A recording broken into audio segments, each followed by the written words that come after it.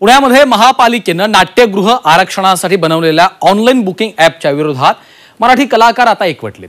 रंगयात्रा असं नाव असलेल्या ॲप विरोधात कलाकारांनी आंदोलन केलेलं आहे। नाट्य निर्माते, नाट्य व्यवस्थापक आणि रंगकर्मींनी एल्गार पुकारलेला आहे। पुणे महापालिकेला नाटकांचं वावडं आहे का असा प्रश्न आता विचारला जातोय। पुणे महापालिकेला नाटकांचं वावडं? नाट्यगृह आरक्षणासाठी बनवलेल्या रंगयात्रा ॲपला विरोध। इतर कार्यक्रमांसाठी नाट्यगृहाचं आरक्षण होत असल्यानं विरोधाचा सूर।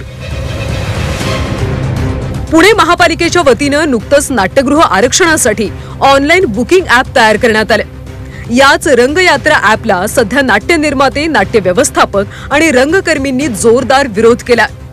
बालगंधर्व रंगमंदिरासमोर कलाकारांनी आजपासून साखळी उपोषण सुरू केलं।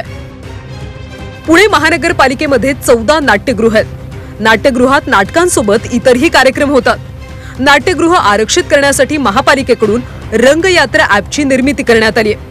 हे ॲप ओपन टू ऑल असल्यानं नाटकांऐवजी इतर कार्यक्रमांसाठी नाट्यगृहांचं बुकिंग होतंय।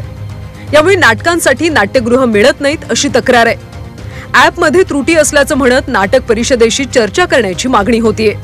हे ॲप आहे ते नाट्यगृहांच्या आरक्षणासाठीचं ॲप आहे। एखाद्या व्यक्तीकडे खूप पैसे असतील आणि त्यांनी सगळ्या रविवारच्या सर्व रविवार त्यांनी बुक करून टाकले तर आम्ही नाटकवाल्यांनी जायचं कुठे? माझी अशी विनंती आहे महानगरपालिकेला की हे ॲपमध्ये असलेल्या त्रुटी, रंगकर्मींच्या असलेल्या अडचणी या सगळ्यांचा त्यांनी विचार करायला पाहिजे, त्याच्यात त्यांनी मीटिंग घ्यायला पाहिजे।